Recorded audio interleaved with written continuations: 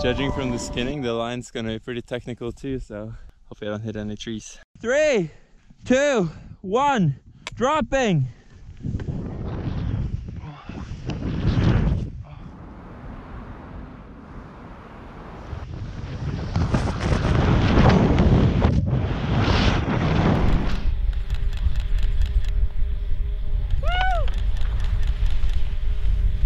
Yes! He had something on his mind,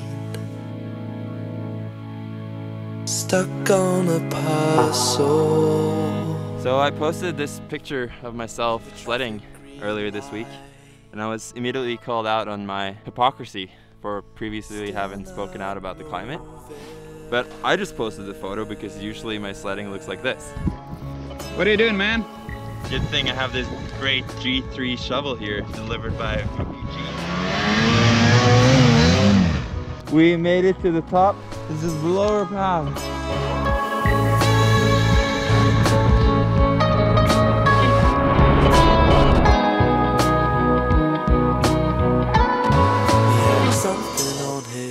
The critique was right too.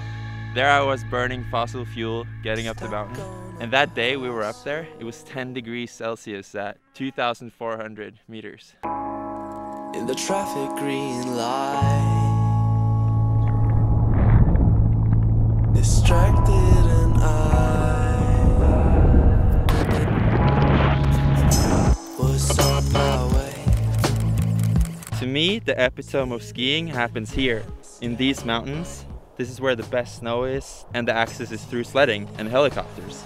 It's funny, like, to do skiing at its highest level is what ruins skiing at its highest level.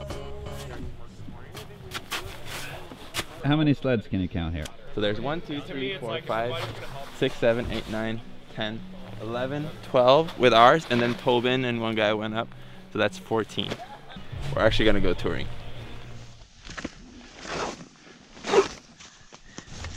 Drop it!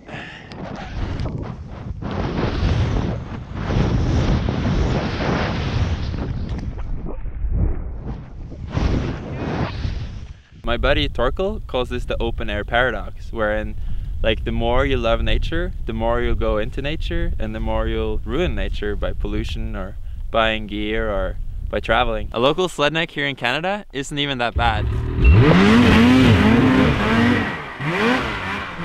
This is about 1 day's CO2 emissions from a sled. If a regular sled neck goes about 40 days a season, that's about the same amount of CO2 I burned just flying over here.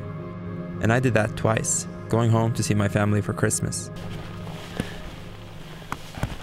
I recently watched Cowspiracy and figured I could just offset my pollution by eating less meat. But this is the total amount of pollution from a hamburger, even counting the cow farts going into it. I'm so stoked. Bored's not even bored today. We got the Frenchies in the back. There's actually one Frenchie, but we call them both Frenchies. So first, pillow line, how you feel? Good.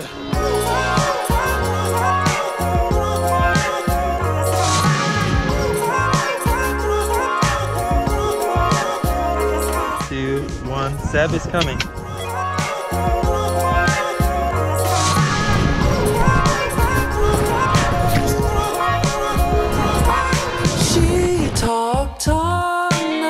But later on, I read about Memphis meat, and they're growing meat from muscle cells. So you take away all the negative effects of actually eating meat. And I think in a way, that can be transferred to what we're doing here in nature. And it's cool. I mean, you look at companies making electrical sleds, electrical cars, like Norrøna, making products that before were super polluting. Now you can do recycled Gore-Tex. So I think one way out of it, and one way to still be able to shred POW with helis and snowmobiles, is just progress and putting our bets on that. I sang, sang, sang when my world was all in grey, when uncontrollable flames were in my way. The best thing about these pants is that they grow balls in case you don't have any. I did a strangled song when I waited out too deep. You hear me singing in the back, a serenade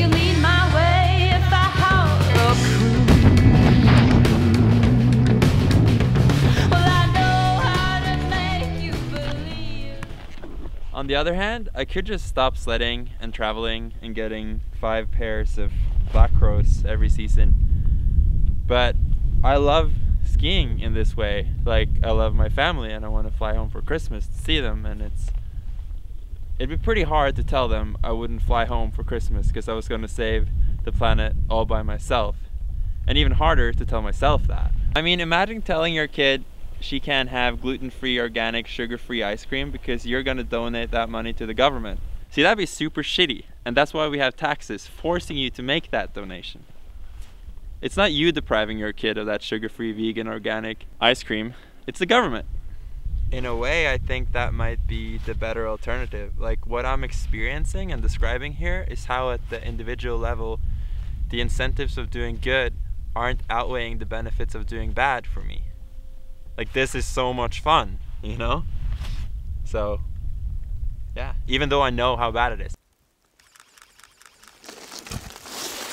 Ooh! The irony is that we're skiing the deepest pow of the season now.